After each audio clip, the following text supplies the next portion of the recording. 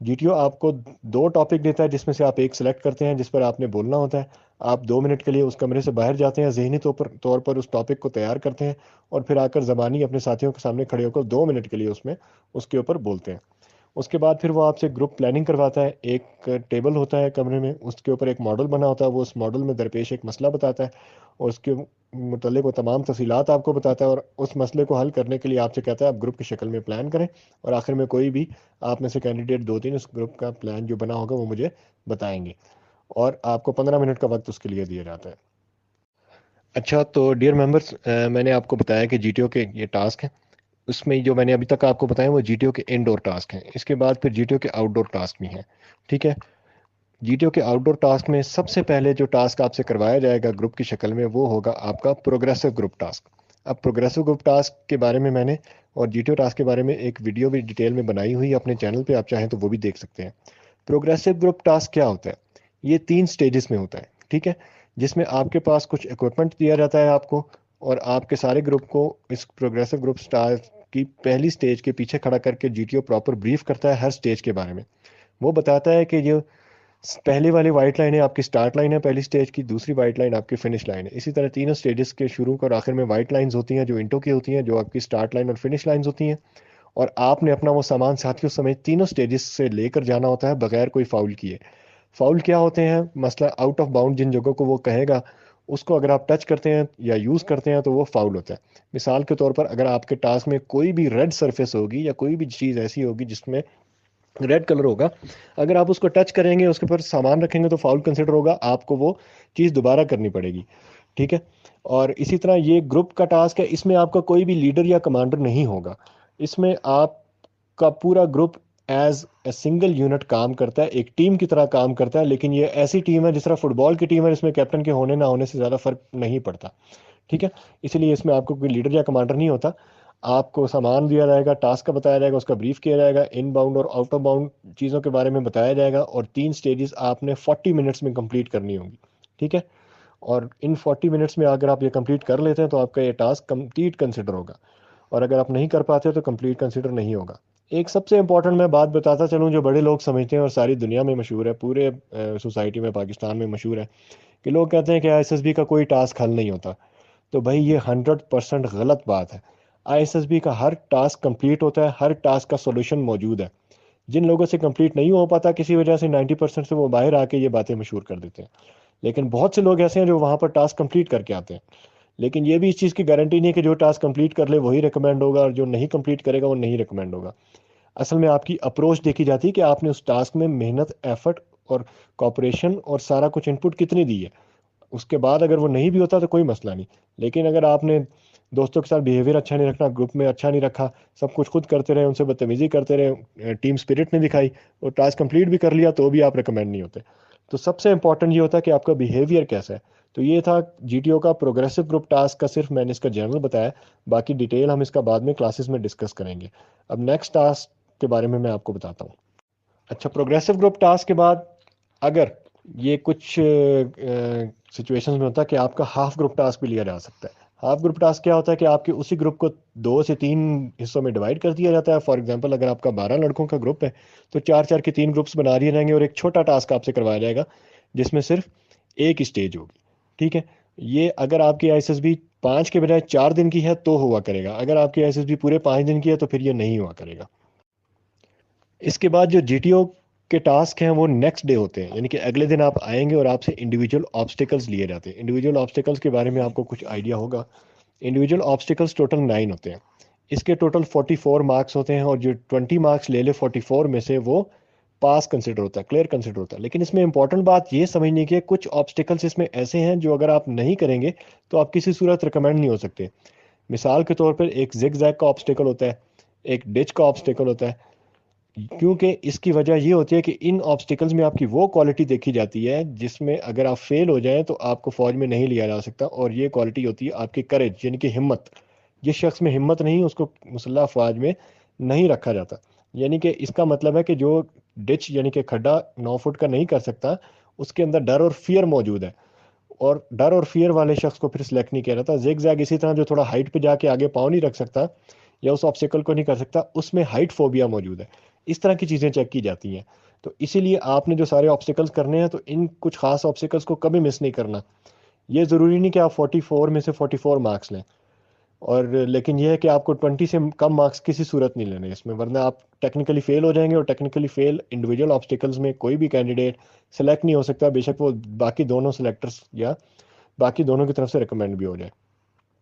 لیکن بہت سارے کینڈیڈیٹس ایسے بھی ہوتے ہیں جو 44 میں سے 50 یا 60 مارکس بھی لے لیتے ہیں. وہ بونس بھی اس میں مارکس لیے جا سکتے ہیں کہ آپ 2 منٹ میں اگر انڈیویجول آبسٹیکلس 9 کے 9 کمپلیٹ کر لیتے ہیں تو آپ کوئی بھی مرضی کا آبسٹیکل ریپیٹ کر کے اس میں بونس مارکس بھی لے سکتے ہیں، جو کہ بہت فائدہ دیتے ہیں.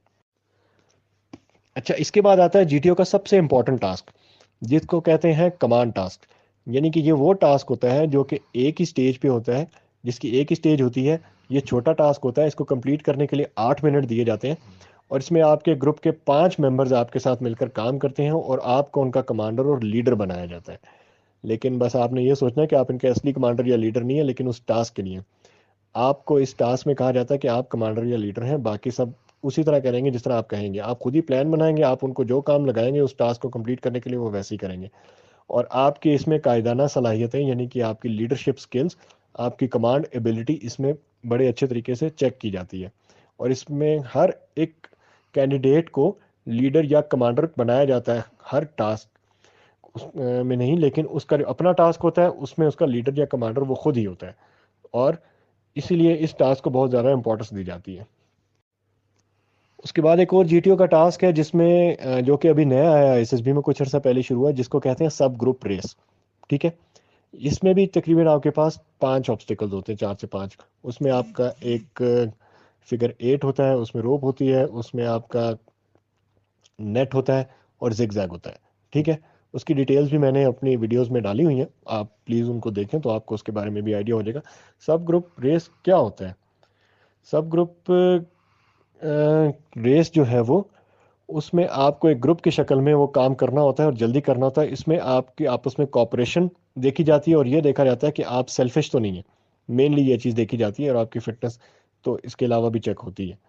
اچھا، یہ تو تمام جی ٹی او کے ٹاسک کمپلیٹ ہو گئے. اب میں آپ کو نیکسٹ بتاتا ہوں کہ ڈپٹی پریزیڈنٹ کے کون سے ٹاسکس ہوتے ہیں.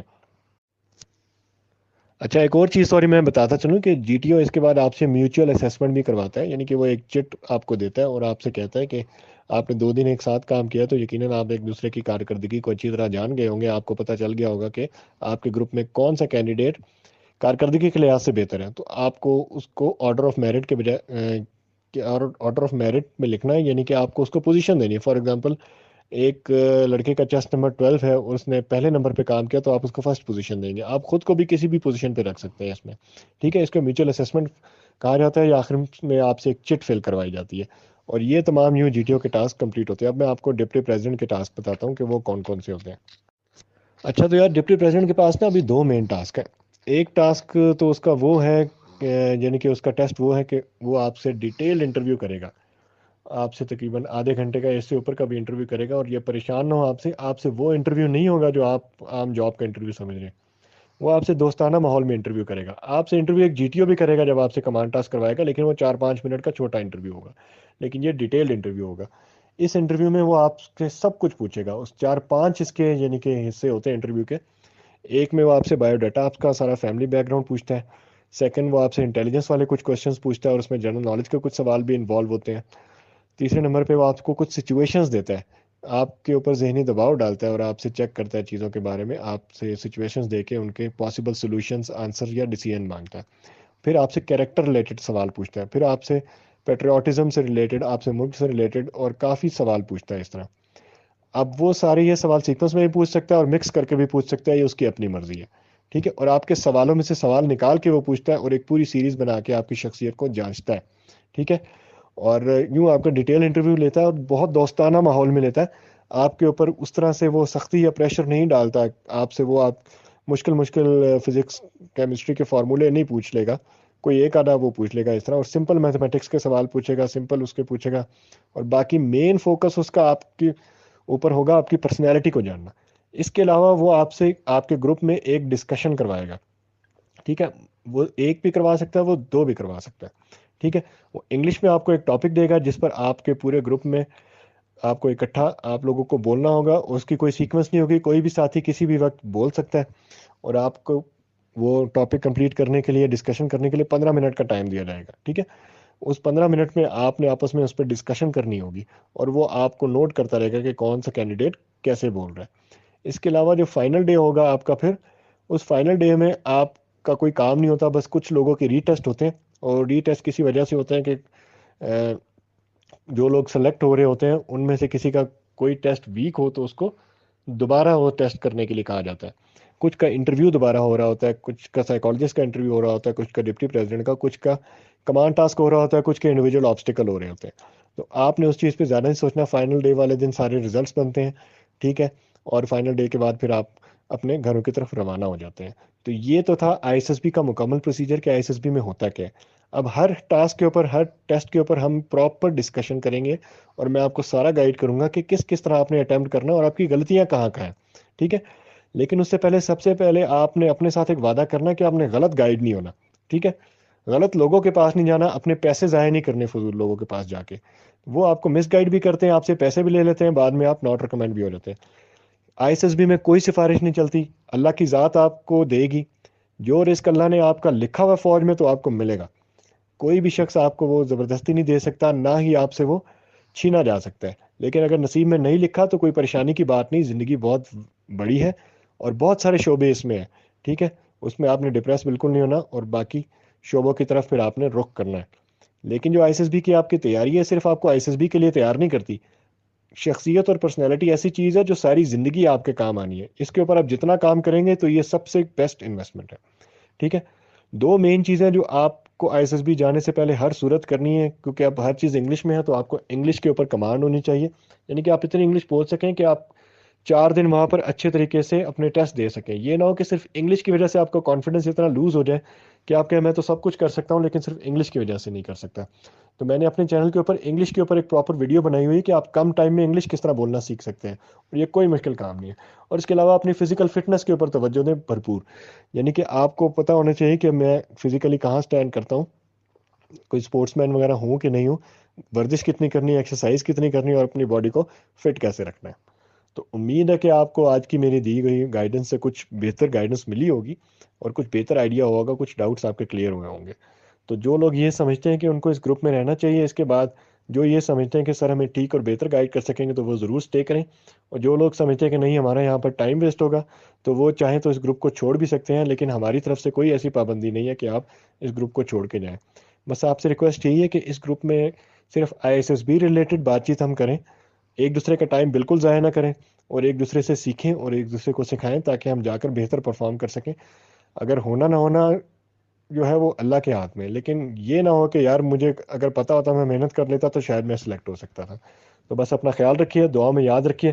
کوئی بھی سوال آپ کے ہیں تو آپ میسج میں بیچ میں گروپ میں شیئر کر دیجئے، میں پوری کوشش کروں گا کہ میں ان کا رپلائی بھی کرتا رہوں اور جواب بھی دیتا رہوں۔ اور انشاءاللہ ہم کوشش کریں گے ہم اس کے بعد regular classes task by task شروع کریں تاکہ سب کو فائدہ ہو۔ جزاک اللہ، اللہ تعالیٰ آپ سب کو خیریت سے رکھیں۔ اللہ حافظ۔